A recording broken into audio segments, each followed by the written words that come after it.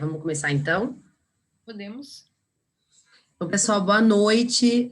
Deixa eu me apresentar rapidamente. Eu sou a Mirela Trovó, da FBM Educação. Sejam muito bem-vindos à nossa Super Masterclass de hoje com a professora Magali. Vamos abordar, né, o tema da contabilidade das instituições de pagamentos e os seus desafios, né, regulatórios no setor. Gostaria de dar boas-vindas a todos. É uma excelente aula. Passo a palavra para a Magali e abriremos para perguntas, tá? Acho que a Magali vai explicar um pouquinho mais da dinâmica, então fiquem à vontade para perguntar. A aula deve durar em torno de 50 minutos, tá bom? Espero que gostem. Boa aula a todos, boa noite, é com você, Magali. Ok, obrigada. Então, boa noite a todos, né? Agradeço a Mirela pela participação, pela oportunidade. Sejam bem-vindos, não é? Nós estamos aqui, então, com um propósito bastante importante, conversarmos um pouco sobre esse tema, a contabilidade para as instituições de pagamento. Eu não sei como é que está, Mirela, só uma questão. A tela está aparecendo para vocês ou só para mim que ela não aparece? Vocês estão visualizando a tela? Não, eu não estou compartilhando nada, eu só estou compartilhando. Agora eu estou compartilhando só a primeira Isso, slide. perfeito, perfeito. Só queria confirmar, tá bom. Bom, então, nós estamos aqui com o propósito de conversar um pouquinho sobre esse tema da contabilidade das instituições de pagamento. Antes, gostaria de me apresentar um pouquinho, não é? Eu sou oriunda do mercado financeiro, eu sou docente, não é? Mas, antes de ser docente, eu sou uma pessoa que atua de forma corporativa. Então, eu sempre trabalhei especialmente na área contábil financeira, no mercado financeiro. Eu sou auditora e eu sempre estive bastante envolvida com as questões do mercado financeiro de forma geral, não é? Então, o nosso propósito é, inclusive, falar um pouco, aproveitar sobre esses conhecimentos práticos que nós carregamos, não é? Considerando toda a nossa experiência. Então, nós juntamos os aspectos conceituais com os aspectos práticos também e tentar passar algumas questões relacionadas a isso.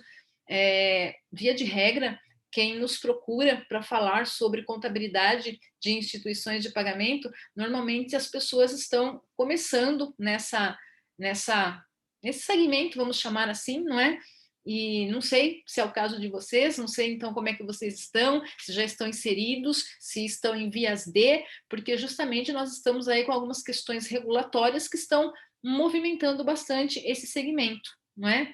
Então, por isso, o nosso propósito de tentar passar um pouquinho, uniformizar algumas questões em termos de compreensão. Então, nós vamos aqui, até durante a explanação do que nós vamos falar, estão convidados, se quiserem participar, participar e também colocar alguma questão, né?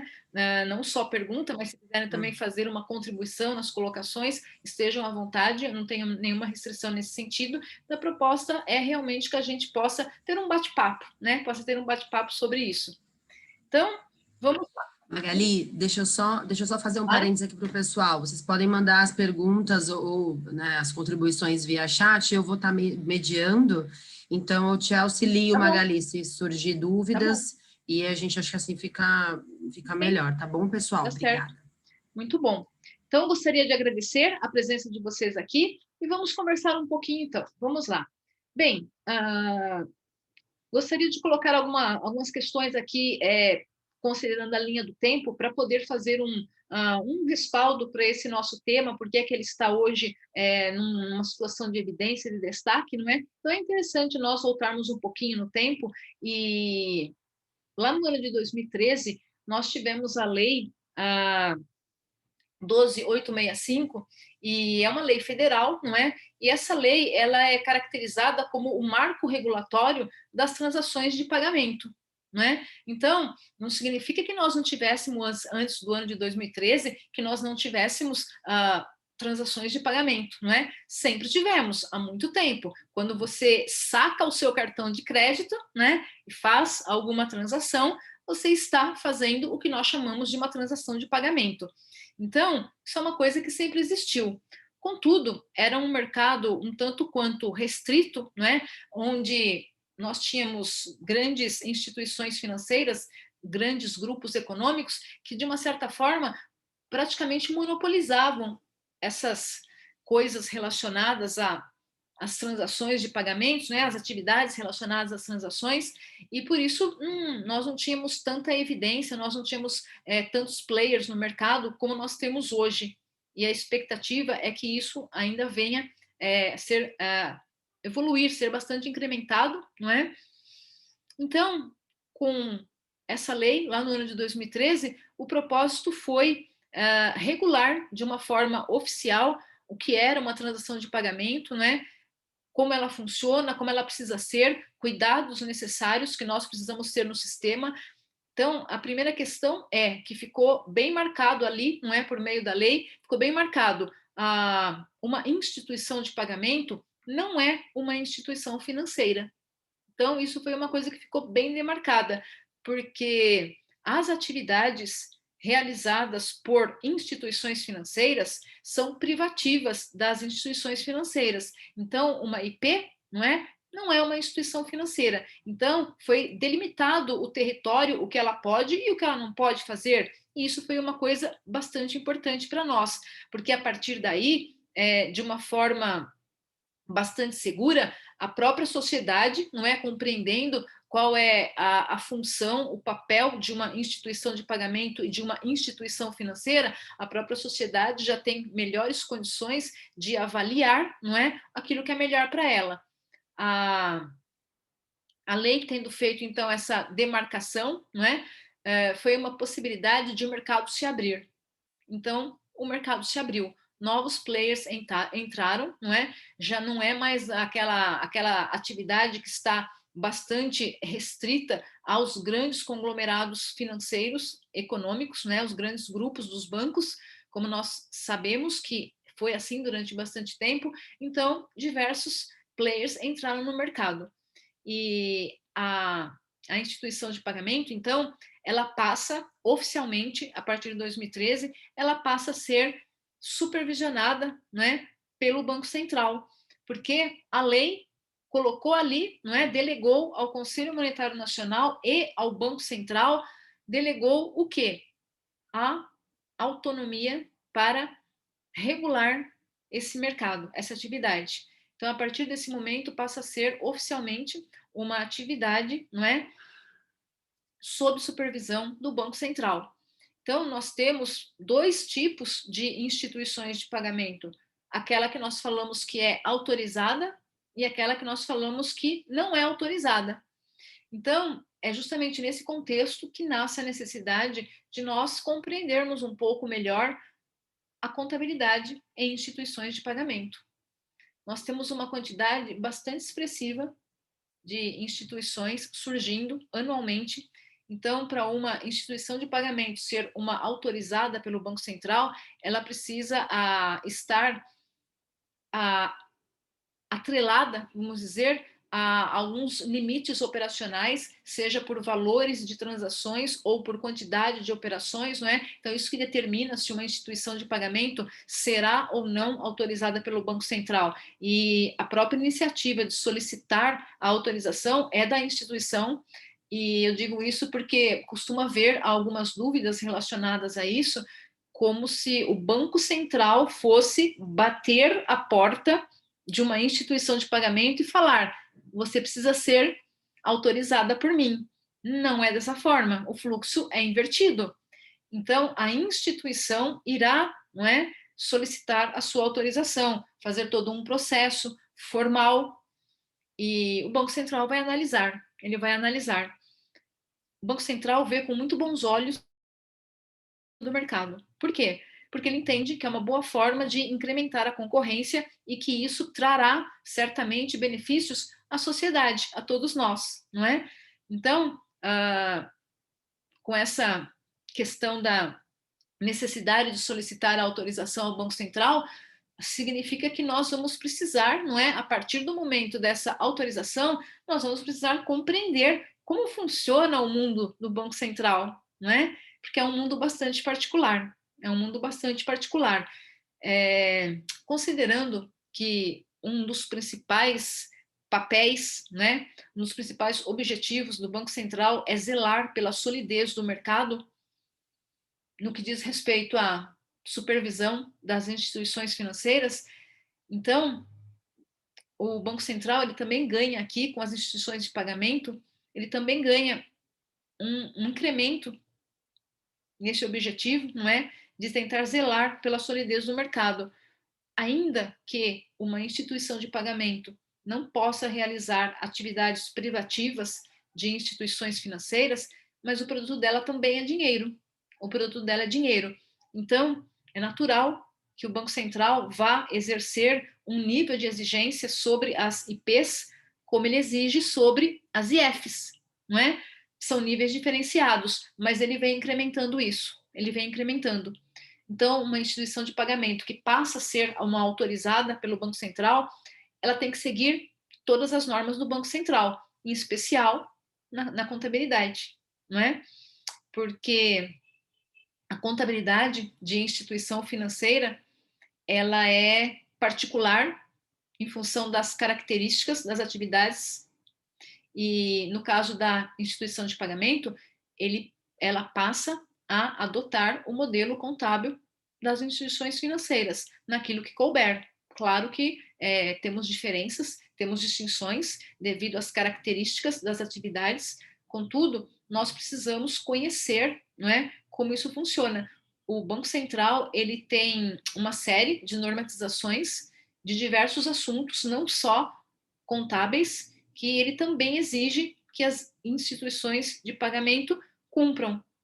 Então, coisas que perpassam a questão da contabilidade, governança corporativa, gestão de riscos, controles internos, compliance. Então, todos esses temas passam a ser uma exigência para as IPs, não só a contabilidade. E, por isso, nós nos propusemos a ajudar as pessoas nesse sentido, com essa visão, né? De passar um pouco essas experiências, esses conceitos, né? Porque, como são instituições relativamente novas no que diz respeito a esse volume que nós temos hoje no mercado. Não é uma atividade nova, mas o volume que nós temos hoje no mercado é algo novo. Nós temos uma quantidade bem expressiva de instituições voltadas a isso, em especial depois do PIX, não é? Que é o advento que aconteceu em novembro passado. Então, nós temos um outro tipo de instituição também que vai estar dedicada apenas para PIX. Aí é uma decisão particular de cada instituição. Mas, de qualquer forma, todas elas precisam responder de alguma forma ao Banco Central. E algumas pessoas costumam acreditar que a contabilidade bancária é diferente, né? E eu acho curioso isso. Eu acho curioso, porque a contabilidade é uma ciência, não é? E se ela é uma ciência, como é possível que ela seja diferente dependendo do segmento de atuação da empresa? Os princípios basilares da contabilidade precisam ser os mesmos. Não pode ser diferente. Senão ela não se propõe, ou melhor, senão ela não atende o objetivo ao qual ela se propõe, né? Quem teve a formação contábil, né, cuja graduação é contabilidade, acho que vai se lembrar de um comentário que eu vou fazer. Nós utilizamos a contabilidade para apoio ao processo de tomada de decisões, por meio das informações produzidas por ela. E se a contabilidade fosse diferente de setor para setor, de segmento para segmento, como é que nós poderíamos utilizá-la de forma geral? Então, não é que a contabilidade bancária seja diferente. Nós precisamos compreender como o Banco Central conduz essas questões, que aí sim, aí vai ser diferente de outras instituições de outros segmentos, não é? Então, os aspectos basilares são os mesmos, mas as atividades são diferentes. Então, a construção da contabilidade é diferente, né? Quando eu olho para um balanço, quando eu olho para uma demonstração de resultado, como é que eu faço a leitura daquilo? Quando eu olho para uma demonstração de resultado de um banco e olho, por exemplo, para a demonstração de resultado da Natura, será que guarda alguma relação? Nenhuma. Nenhuma. De jeito nenhum. Não tem nenhuma relação. Por quê? Porque é o modelo do Banco Central, mas ele não está ferindo os princípios basilares da contabilidade. Isso não. Então, nós precisamos compreender isso, né? Precisamos conhecer qual é o modelo contábil do Banco Central para que nós possamos estar em compliance, estar aderentes ao que ele nos pede. Pedir não, o Banco Central manda. Aqui, quando a gente fala de Banco Central, é uma relação de manda quem pode, obedece quem tem juízo. Eu sempre brinco falando isso, mas é verdade. É verdade. Então, não há espaço para nós escolhermos, não é? A partir do momento em que nós somos uma IP autorizada pelo Banco Central, automaticamente nós precisamos cumprir as determinações do Banco Central e do Conselho Monetário Nacional. E tem bastante coisa para nós nos inteirarmos, digamos assim, além das questões contábeis, né? Além das questões contábeis.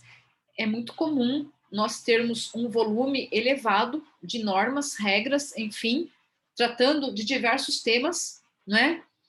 E nós precisamos compreender essas questões.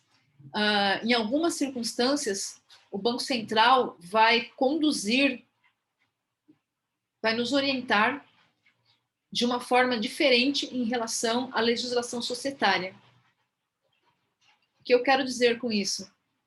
O Conselho Monetário Nacional e o Banco Central, por consequência, eles têm autonomia no que diz respeito às questões contábeis em relação à legislação societária. Quando eu falo legislação societária, eu estou me referindo à Lei 6.404 do ano de 76, né? Que é ali que nós vamos ter o regimento sobre o nosso modelo contábil, o nosso padrão contábil. Mas eles têm autonomia, eles, Conselho Monetário Nacional e Banco Central, eles têm autonomia. Se alguma coisa, né, se alguma coisa for tratada de forma diferente, prevalece o modelo do Banco Central. Por quê? Porque ele tem autonomia.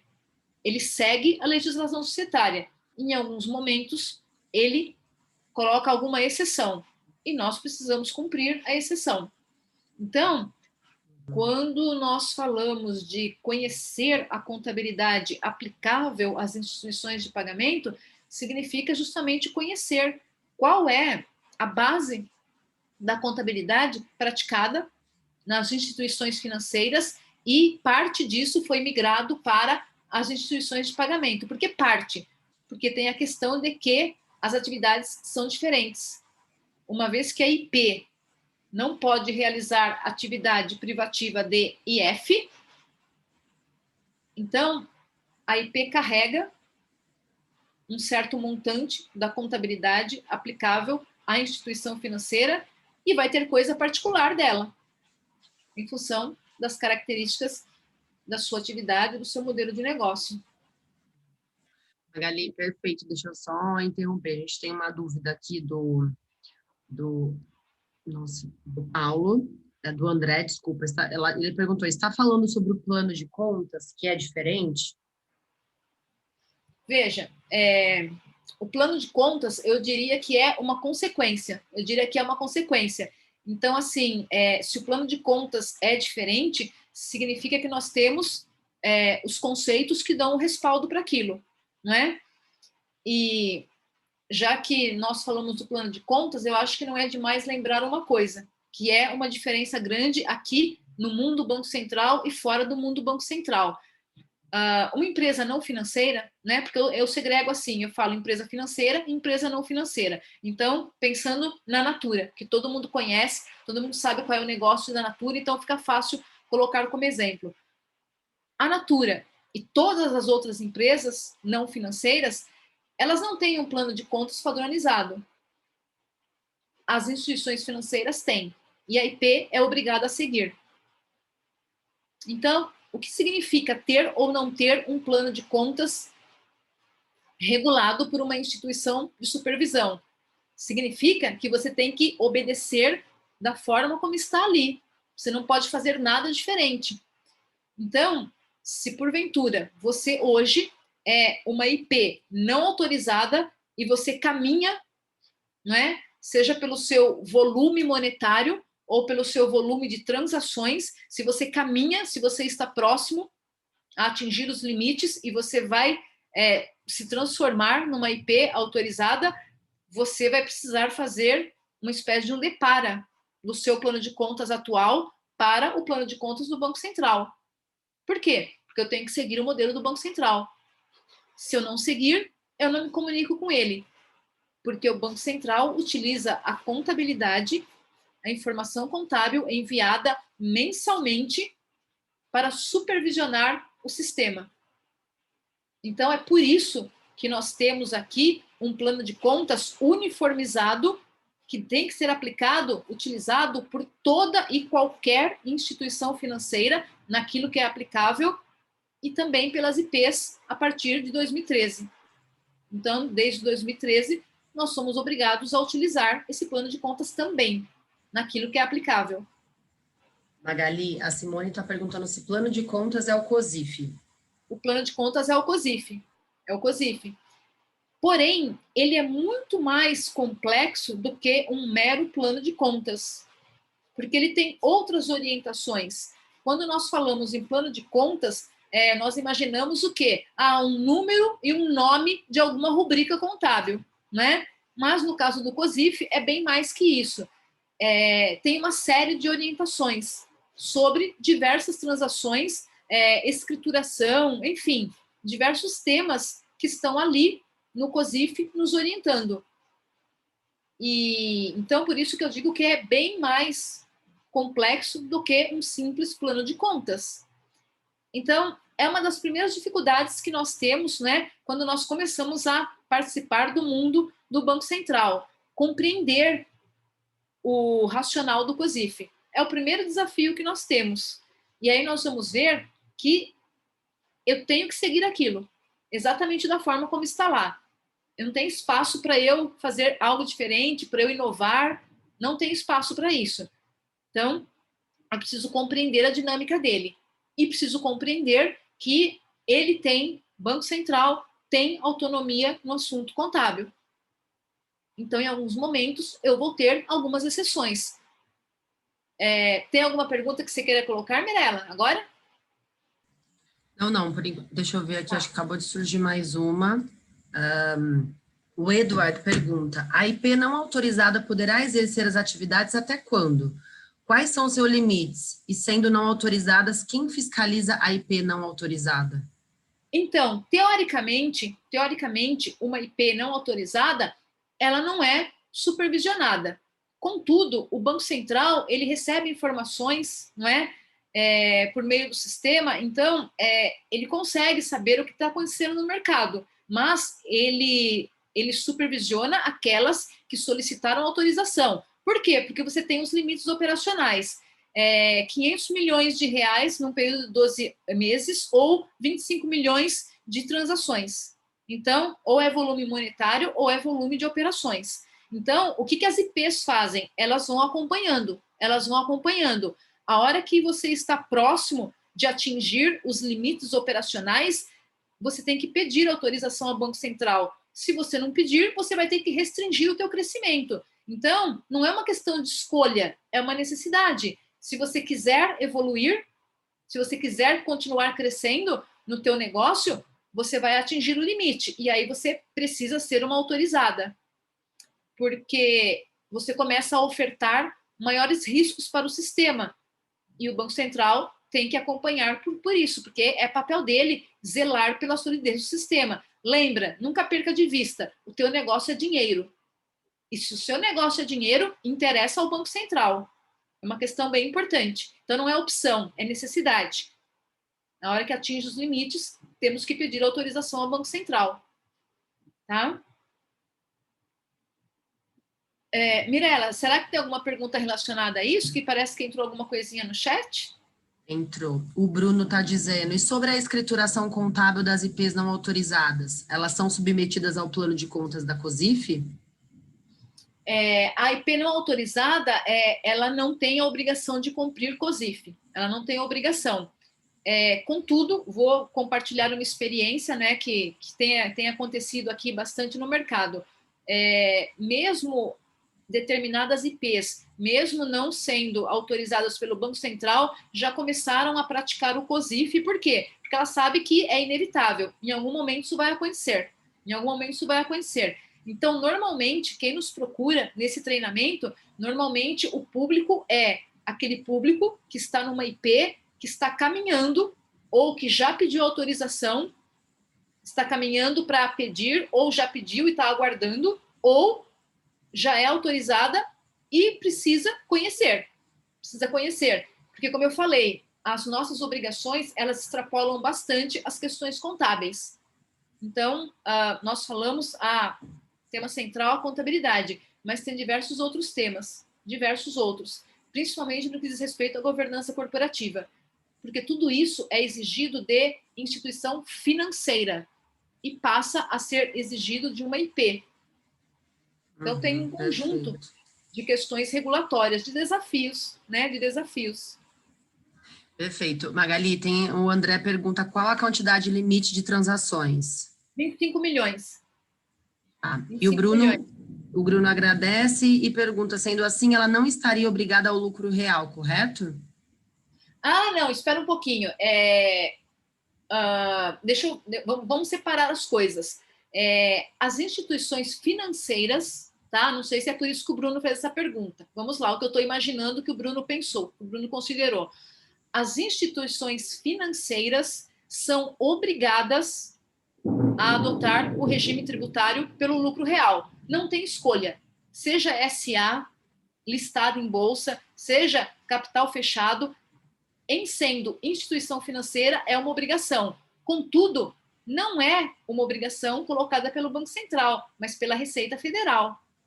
Então, o Banco Central não interfere em nada nas questões tributárias, absolutamente nada. Não é da competência dele. Então, é a Receita Federal que estabelece essas questões. É a Receita Federal, tá?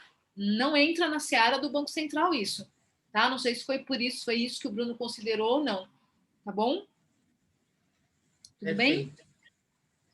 Bom, então, nós temos um plano de contas específico, nós temos contas criadas especificamente para lançar, registrar as atividades características das instituições de pagamento, nós temos modelos para levantamento, elaboração das demonstrações contábeis, nós passamos a ter que cumprir uma rotina semestral, porque uma empresa não financeira, ela precisa divulgar as suas demonstrações contábeis minimamente uma vez ao ano.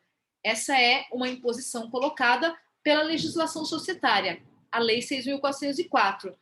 O Banco Central, como nós sabemos que ele tem autonomia, ele fala que nós precisamos fazer semestralmente, né? Elaborar semestralmente. Então, aqui, nesse mundo do Banco Central, nós elaboramos as nossas demonstrações contábeis em 30 de junho e 31 de dezembro. Então, é semestral, não é anual, não é? Não é anual. E, claro, se nós estivermos falando de uma instituição listada em bolsa, capital aberto, aí é trimestral. Por quê? Porque daí ele também responde à CVM, a Comissão de Valores Mobiliários.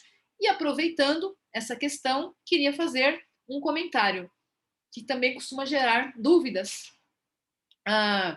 Uma instituição financeira ou uma IP listada em bolsa, ela vai precisar ter um cuidado maior nessas questões contábeis. Por quê? Porque ela vai precisar falar amém ao Banco Central, em todos os padrões dele, e também vai precisar falar amém aos padrões da CVM, a Comissão de Valores Mobiliários. E, às vezes, não serão os mesmos. Às vezes, não serão os mesmos. Por quê? Cada autoridade supervisora tem autonomia para colocar a sua normatização, não é? Então, é uma outra questão. É uma outra questão que automaticamente isso leva, inclusive, para um outro assunto. Mas só para não evoluir demais. Mirela, você tem alguma questão a colocar? Sim, tem mais uma pergunta aqui do Bruno também. A minha pergunta vai somente no sentido em que se a IP não autorizada se equiparar a uma instituição financeira ou não. eu vou responder um pouco diferente a pergunta do Bruno. Uma IP não é equiparada a uma instituição financeira, seja ela autorizada ou não. Uma IP não se equipara a uma instituição financeira. Não. Inclusive, está bem pontuado que uma instituição de pagamento não é uma instituição financeira. Então, a gente precisa ter de forma clara essa visão. Uma IP não é uma IF, tá? Ela não é. E essa questão já há muita dúvida. Por exemplo, nós ouvimos muito nos últimos tempos, ouvimos muito falar sobre fintech, fintech, fintech, fintech, fintech. E aí, isso causou uma confusão terrível no mercado, uma confusão terrível. Por quê? Porque as pessoas pensam que uma fintech é um banco. Não, não tem relação nenhuma. Uma fintech não é um banco. Quem causou bastante essa confusão foi o Nubank. Provavelmente nós temos alguém aqui que opere com o Nubank, né? O roxinho lá. Nubank não é uma instituição financeira. Ele não é um banco. Ele não é. Nubank é uma instituição de pagamento. Significa que ele não está autorizado a exercer atividade privativa de instituição financeira. E tem muita confusão nisso, tem muita confusão. E aí começou a ter também uma quantidade, um volume grande de IPs entrando no mercado, aí aumentou um pouco mais essa confusão, essa visão, né? Por exemplo, uma coisa que eu acho curiosa, né? Tem aquele site Reclame Aqui, né? Acho que vocês conhecem. Tem aquele site Reclame Aqui. Aí eu já vi, né, mais de uma vez, pessoas entrarem lá registrando uma reclamação com o seguinte teor. Pessoal, tá chovendo bastante aqui, talvez esteja um barulho no fundo, não sei. Com o seguinte teor, a reclamação. Eu tenho uma conta e a instituição não me deixa fazer tal coisa. Que absurdo! Ou seja, ele não sabe que a conta dele é uma conta de pagamento, que uma conta de pagamento é uma coisa e uma conta corrente é outra. E uma instituição de pagamento jamais vai ter uma conta corrente, porque ela não pode, porque a conta corrente é privativa de instituição financeira bancária, não é? Então tem várias confusões, E para nós termos essa visão toda, não é? Então nós precisamos saber as diferenças, o que rege, o que é uma instituição, o que é outra, e aí vai nos ajudando nessa visão. E essa confusão é comum, bastante comum no público das IPs. Por quê? Porque é um boom que nós estamos tendo, é um boom. E muita gente vai para lá e está vindo de onde? Está vindo de empresas não financeiras e não sabe como funciona, né? Essa pessoa não sabe como funciona. Aí realmente tem uma série de dúvidas. É bem comum, é natural isso. Magali, a gente tem uma dúvida aqui da Elisângela, que ela pergunta: então a tributação de uma fintech é igual à de uma IP? Eu diria que sim. Eu diria que sim. Guardando as particularidades, eu diria que sim. Eu diria que sim. Uma fintech não é uma instituição financeira, uma IP não é uma instituição financeira. O regime tributário de uma instituição financeira necessariamente tem que ser lucro real. Não dá para fugir disso, né?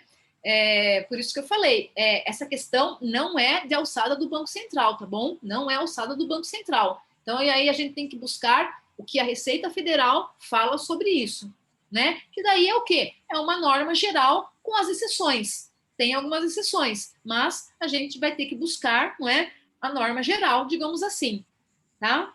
Não procure isso no Banco Central, que você não vai achar isso no Banco Central, porque de fato não é competência dele e não tem que ser. Não tem que ser. Da mesma forma, aproveito para falar, da mesma forma que não é competência da Receita Federal legislar sobre questões contábeis. E por que eu quis ressaltar isso? Porque também existe, de forma generalizada, sempre existiu uma confusão sobre diversas coisas, aspectos contábeis, que as pessoas pensam que elas estão fazendo de forma correta, mas não estão. Por quê? Porque ela pensa que o correto é o que a Receita Federal fala, mas não é. Contabilidade não se confunde com questões tributárias, sobretudo a partir do ano de 2008, que foi quando no Brasil nós adotamos o IFRS como nosso padrão contábil. que são as normas internacionais de contabilidade. E esse é um capítulo à parte dentro do Banco Central. É uma outra coisa, um outro tema que gera um nível elevado de confusão também. Então, também tem uma particularidade relacionada a isso. Também temos particularidades sobre isso, né? Perfeito, Magali.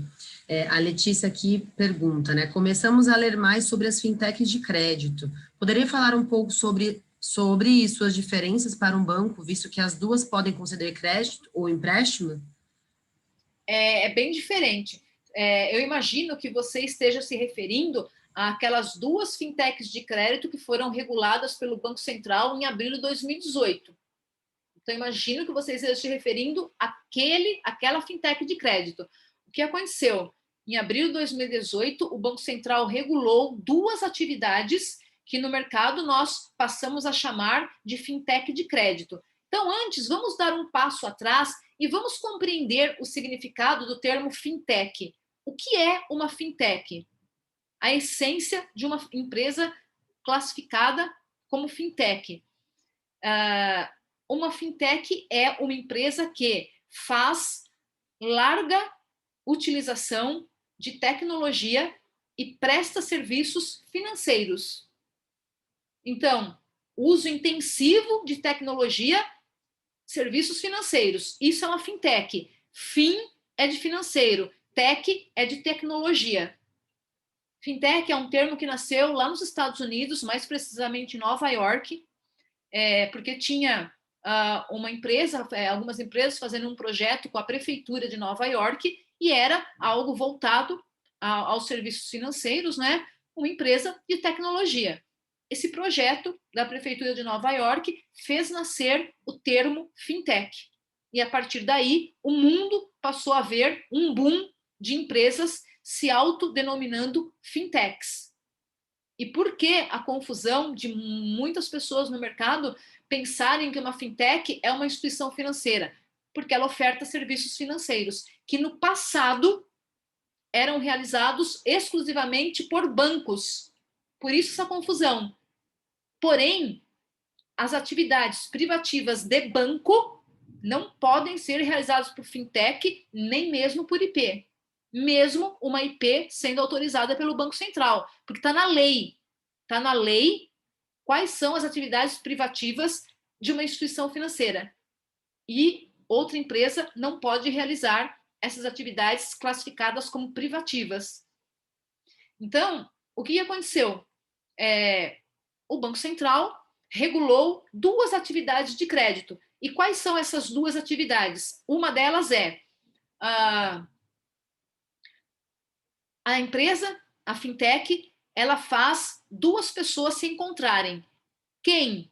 A pessoa que quer investir recursos, quer emprestar, e a pessoa que quer captar recursos, quer levantar recursos. O que a gente chama de o agente superavitário e o agente deficitário no mercado.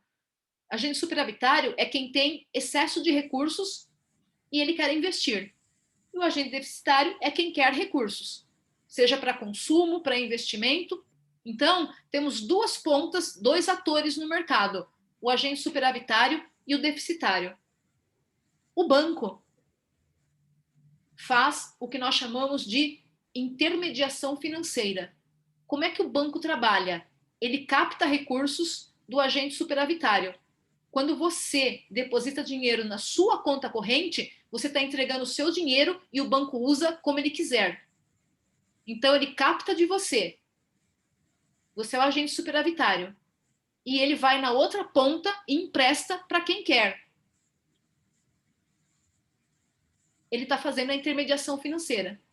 Mas o banco nasceu para isso. Tem uma lei que regula essa atividade. Essa atividade é intermediação financeira. E isso ninguém pode fazer, a não ser banco. E a fintech de crédito que o banco regulou, o que ela pode fazer? Ela pode pegar você que tem dinheiro e quer investir, e na outra ponta alguém que quer dinheiro. E ela, por meio do sistema dela, faz vocês se encontrarem. Então, quem tem dinheiro vai emprestar para quem quer. Porém, o risco não é da fintech, o risco é do investidor. O risco está com ele. Então, veja, nesse caso, Você, investidor, você, agente superavitário, não está entregando o teu dinheiro na mão da fintech para ela emprestar na outra ponta. Não. Por meio do sistema dela, os dois se encontram. Quem quer investir, que tem excesso de recursos, e quem quer tomar recursos. Vocês usam apenas o sistema da fintech para fazerem isso. E o risco é do investidor. Esse é um modelo que o Banco Central regulou. O outro modelo é o dono da fintech pode emprestar dinheiro, desde que seja do seu bolso. Então, o risco é dele. O que eu quero dizer com desde que seja do seu bolso? Que é diferente do banco. O banco não empresta dinheiro do bolso dele. Nada. Tudo que o banco empresta é de terceiros. Ele não empresta dinheiro do bolso dele. O banco trabalha de forma altamente alavancada. E o que é uma empresa alavancada? Que faz uso excessivo do capital de terceiros. Então, é assim que banco capta dinheiro para emprestar. Dos depositantes, dos investidores, dos clientes, mas não é dinheiro do bolso dele. E aí ele vai e empresta. Agora, nesse caso, no segundo caso da fintech, que eu falei, o dono pode emprestar o seu dinheiro, mas do seu bolso. Significa que ele não está autorizado a captar dinheiro de ninguém para emprestar. Portanto, o risco de crédito é dele. Então, são esses os dois, são as duas fintechs de crédito que o Bacen regulou. A partir do momento que você quer ser uma dessas empresas, você tem que pedir autorização ao Banco Central. E aí ele vai te autorizar, e aí sim você se transforma numa instituição financeira. Mas não vamos confundir. Fintech, a maior parte do que tem no mercado, a maior parte não é uma fintech de crédito. Só é fintech de crédito quem foi autorizado pelo Banco Central. E uma IP, quando pede autorização ao Banco Central, ela está pedindo outro tipo de autorização. Não está pedindo para ser fintech, nada disso. É outra coisa. Ela está pedindo para realizar transações de pagamento. Só isso. Não está autorizada a emprestar dinheiro, de jeito nenhum. De jeito nenhum. E por que gera confusão nisso? Já falamos. Quando você faz uma transação usando o teu cartão de crédito, isso é uma transação de pagamento, não é? E quando lá chega a fatura, você tem a opção de diferir, de parcelar. Não precisa pagar numa única vez. E o fato de você parcelar o teu pagamento, isso se transforma automaticamente numa operação de crédito. Então, se caracteriza numa operação de crédito. Contudo, não é a instituição de pagamento que está fazendo isso, porque ela não pode fazer. Ela tem uma instituição financeira por trás dela fazendo isso, concedendo crédito. Então, é outra coisa que causa confusão e que precisa ficar bem visível para nós, não é? Mas, enfim, como nós já estamos aqui, tem alguma pergunta aqui, Mirela, que você queira colocar? Tem sim. Tá. O Eduardo pergunta se o Bacen autoriza a IP que utiliza criptomoedas, utiliza compra e venda para os usuários da plataforma. Por enquanto, nós não temos notícias sobre isso. Por enquanto, não temos notícias sobre isso. Tá. O André pergunta se é a mesma regra para antecipação de pagamentos. A gente não pode confundir. Olha o que acontece. Quando uma IP faz uma antecipação para um lojista, ela vai cobrar um deságio, né? Se ela devia 1.000, ela obviamente não vai pagar 1.000. Ela vai colocar aí um valor, um FII, que é um custo financeiro, e ela vai pagar, por exemplo, 900, né? Nesse caso, ela não caracteriza uma operação de crédito. Por quê? Porque é um dinheiro que ela tem para receber. Ela só está fazendo uma antecipação e está cobrando um custo financeiro por isso. Isso não é operação de crédito. Mas no caso do cliente, parcelar a fatura é operação de crédito. No caso do cliente é. Por quê? Porque realmente se caracterizou como uma operação de crédito. Mas não é a IP que está fazendo isso. Tá? Perfeito. Mais alguma dúvida, pessoal? Você quer colocar mais algum ponto, Magali? A gente sabe que é um assunto, né, muito novo, né? E isso gera muita discussão, polêmica, e a gente está aqui para isso também, né? Para auxiliar nessas dúvidas. Eu não sei se as pessoas sabem, mas a Magali ministra um curso com a gente de instituição exatamente sobre esse assunto, mas com aprofundamento maior, né, Magali? Você quer explicar um pouquinho? Então, o foco era o que eu ia falar agora. Como nós estamos caminhando já para o final, né? Então, era isso que eu ia comentar agora. O nosso treinamento, qual é o foco dele, não é?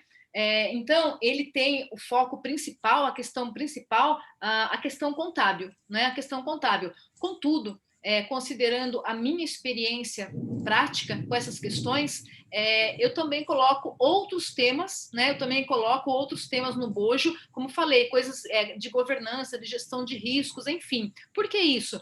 Porque tem uma coisa muito diferente no Banco Central se comparado a uma empresa não financeira. Aqui as coisas são muito mais sérias e muito mais exigidas. O que eu quero dizer com isso? Por exemplo, uma empresa não financeira, ela tem algumas práticas que não deveriam existir, mas ela pratica. Vou citar um exemplo simples. Determinadas empresas não financeiras, né, uma vez que elas não têm um órgão supervisor, regulador, elas deixam de fazer algumas passagens na contabilidade e acumulam para fazer isso só no fim do ano, na hora do fechamento. Por exemplo, a apropriação de juros pelo regime de competência, por exemplo, o cálculo de uma depreciação, porque tudo isso tem que ser mensal. Por quê?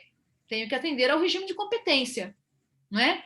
E empresas que fazem isso, elas entendem que isso é uma coisa institucionalizada, que pode fazer isso. Claro que não pode. Então, no Banco Central, isso não pode fazer em hipótese alguma. Em hipótese alguma. Aqui, todo mês equivale a um ano.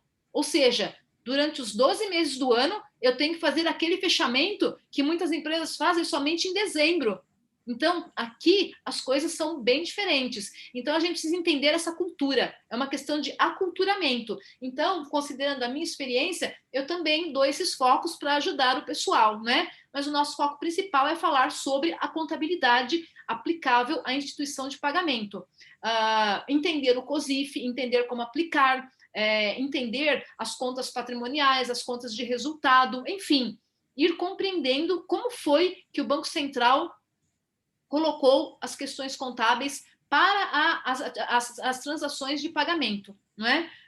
Esse é o nosso foco principal. Então, assim, ele é bastante adequado para aquelas pessoas, como falamos, que estão quase chegando lá, quase atingindo os limites e vão precisar solicitar a autorização, ou aquelas entidades que já são autorizadas, que são autorizadas há pouco tempo, ou ainda atender pessoas que já estão em uma IP autorizada, mas essas pessoas migraram agora para esse mercado e, portanto, é tudo diferente para elas, né? É tudo diferente. E considerando esse nível de exigência por parte do Banco Central, não é? Então, é fundamental que nós tenhamos realmente uma visão completa sobre isso, como deve ser, e não como a gente acredita que possa ser.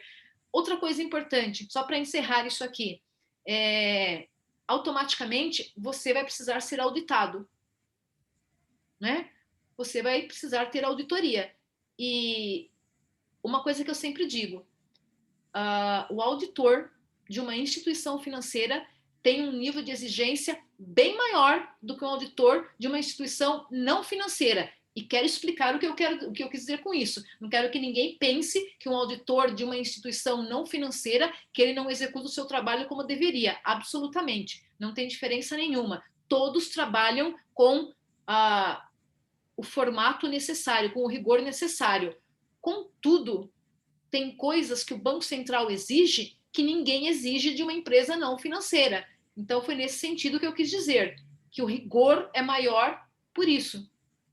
O próprio auditor de uma instituição financeira tem exigências a cumprir junto ao Banco Central.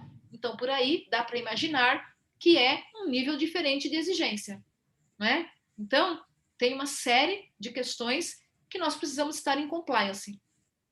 Então, acho que seria isso, Mirela. Perfeito, Magali. Então, quem tem interesse, né, de aprofundar os conhecimentos, a gente, né, disponibilizou esse cupom especial.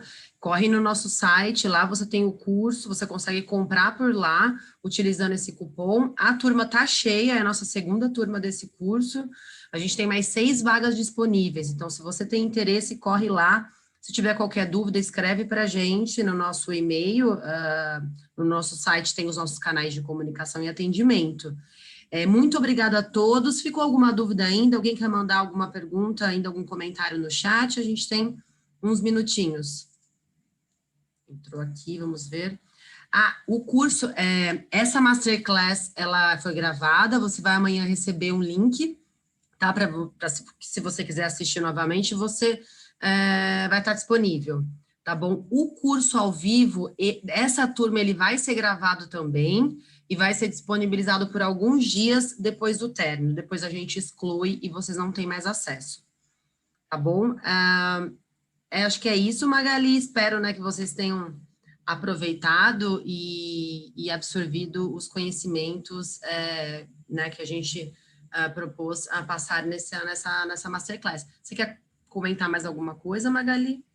Só gostaria de agradecer a participação, não é? E então, se nós nos encontrarmos lá mais adiante, aí nós vamos ter a oportunidade de tratar outras questões, enfim, não é? Então, fica aí para o pessoal avaliar, não é? E eu agradeço, e de qualquer forma, independentemente de saber quais atividades vocês estão, quais são os seus desafios atuais, não é? Eu desejo bastante sucesso a vocês, que vocês consigam realmente aí fazer essa escalada, não é? Para que possamos estar em compliance realmente com o órgão regulador, que vai ser uma necessidade, né? Vai ser uma necessidade. É um mercado que vem crescendo bastante, então nós precisamos efetivamente estar preparados para isso, né? Para que a gente possa cumprir com as nossas obrigações e, como eu sempre digo, estarmos em compliance com tudo, né?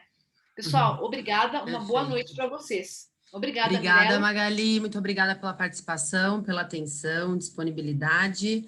Um abraço e boa noite a todos. Obrigada, boa noite.